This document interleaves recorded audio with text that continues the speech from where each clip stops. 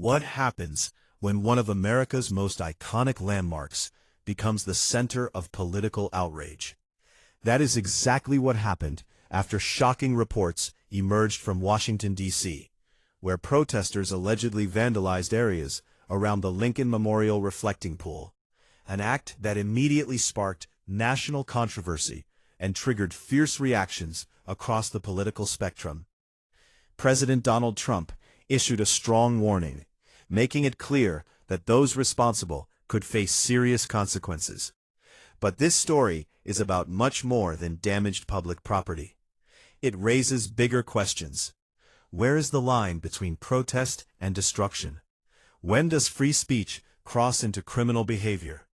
And why has this incident become a symbol of America's deeper political divide? A Lincoln Memorial is not just another tourist destination.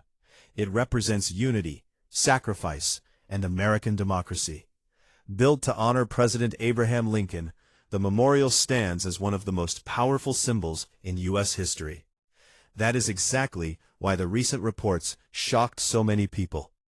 According to early reports, a demonstration near the memorial escalated as tensions rose among groups gathered in the area. What began as a protest reportedly shifted when some individuals moved toward the reflecting pool.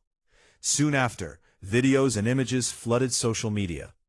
Comment sections exploded, political commentators reacted, and within hours, the story became national news. Authorities quickly began reviewing surveillance footage and gathering witness statements to understand what exactly happened. Officials focused on identifying individuals allegedly involved in vandalism and property damage. As investigations continued, political reactions intensified. Trump's response was immediate and forceful. He drew a sharp distinction between peaceful protest and destructive behavior, saying Americans absolutely have the right to protest and challenge leadership, but damaging national monuments crosses a red line.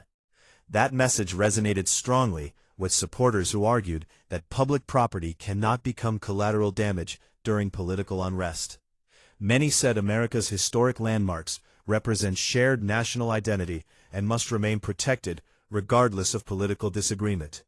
Critics, however, pushed back. They argued that focusing only on vandalism risks ignoring the deeper frustrations driving public demonstrations. For them, the bigger issue was not just what happened at the memorial, but why public anger had reached such a boiling point. This is where the debate became more complicated, because the conversation was no longer only about property damage. It became about law, justice, protest, power, and political messaging. Social media made everything even more explosive. Clips were reposted thousands of times.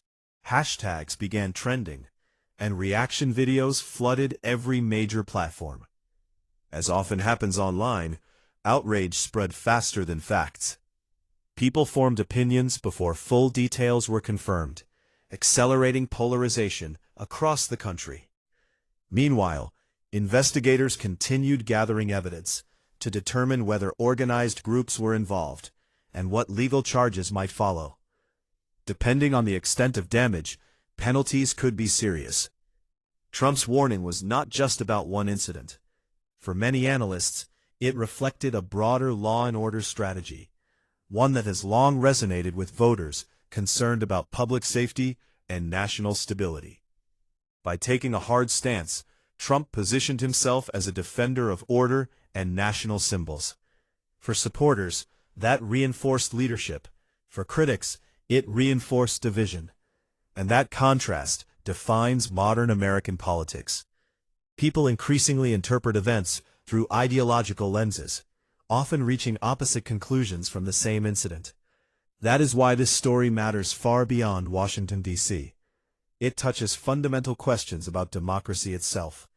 How should governments respond to unrest? How do societies protect free speech while preserving public safety? Where should the legal boundary be drawn? These are difficult questions with no simple answers. As this story continues to develop, investigators are expected to release more details regarding who was involved and what legal action may follow. Those findings could significantly influence public opinion. But one truth remains clear.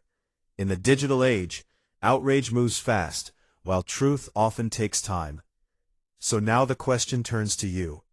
Was this an unacceptable act requiring strict punishment, or is the national conversation missing deeper issues behind public anger? Let us know in the comments, and subscribe for more major political updates.